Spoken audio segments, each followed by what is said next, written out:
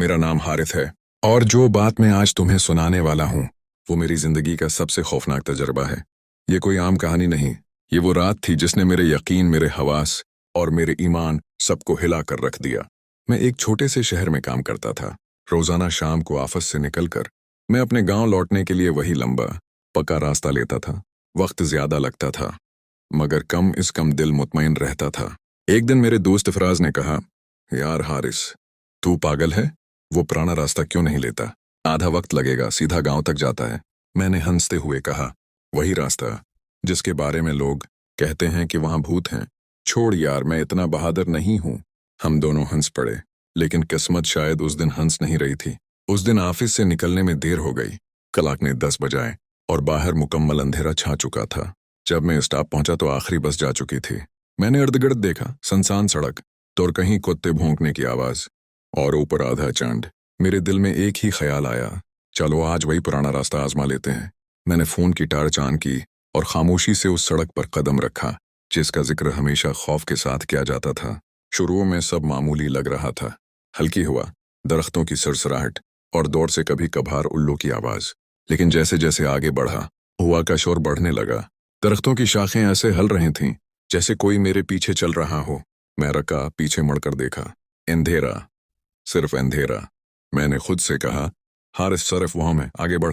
लेकिन चंद कदम चले ही थे कि अचानक मेरे कानों में किसी औरत की हंसी गूंजी, मध्यम मगर साफ। ऐसी हंसी जो कानों से नहीं, सीधी रीढ़ की हड्डी में उतर जाए। मैं रख गया, टार्च पीछे की, कुछ नहीं। हवा थम गई मगर दिल की धड़कन नहीं। फिर मैंने देखा, दरख्तों के बीच एक हल्की रोशनी झलक रही थी, जैसे किसी के हाथ में लालटीन हो।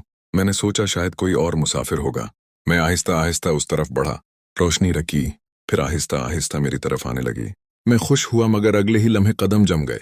वो रोशनी जमीन पर नहीं थी, हवा में तैर रही थी, और उसके पीछे एक औरत का साया, लंबे बाल, सफेद लिबास और चेहरा बालों में छिपा हुआ। मेरे हाथ से फोन गिर गया। मैं मड़ा और दौड़ने लगा।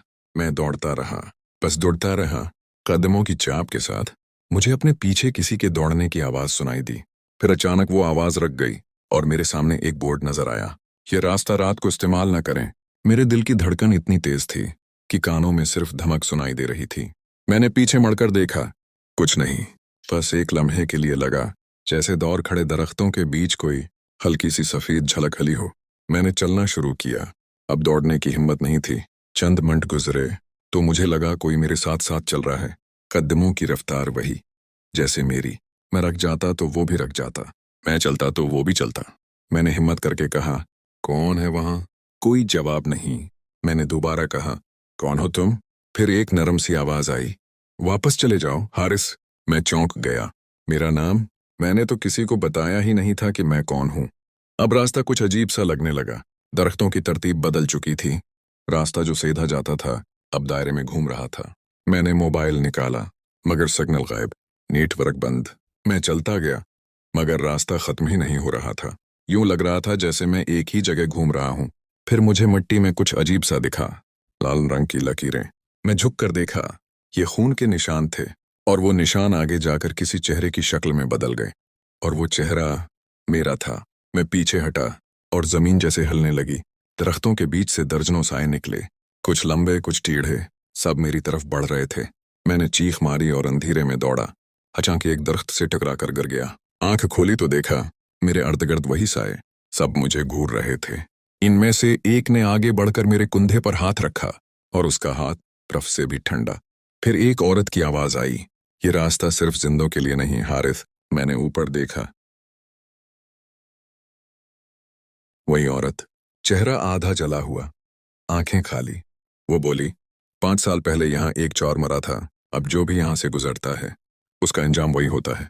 मैंने बमुश्किल कहा, मैं चोर नहीं। वो मुस्कुराई, अब तुम भी नहीं रहोगे? अचानक सब कुछ धुंधला गया, रोशनी, आवाजें, सब गायब। मैं बेहोश हो गया। जब होश आया तो सूरज निकल चुका था। मैं एक दरख्त के नीचे पड़ा था, चारों तरफ खामोशी। मैंने इर्द-गिर्द देखा, रास्ता बिल्कुल नॉर्मल, जैसे कुछ हुआ ही ना हो।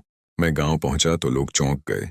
एक बूढ़ा बोला, बेटा तू कहां से आया? वो रास्ता तो 3 साल से बंद है, वहां तो अब जमीन ही धंस चुकी है। मैंने पीछे मुड़कर देखा, दौड़ तक सिर्फ खंडर। एक बोर्ड गिरा पड़ा था, उस पर लिखा था, ये रास्ता जिंदों के लिए नहीं। मैंने उस दिन के बाद कभी उस रास्ते पर कदम नहीं रखा, लेकिन आज भी कभी कभार रात के अंधेरे में जब हवा दरख्तों से टकराती है तो एक आहिस्ता सी आवाज सुनाई देती है, हारिस वापस मत जा,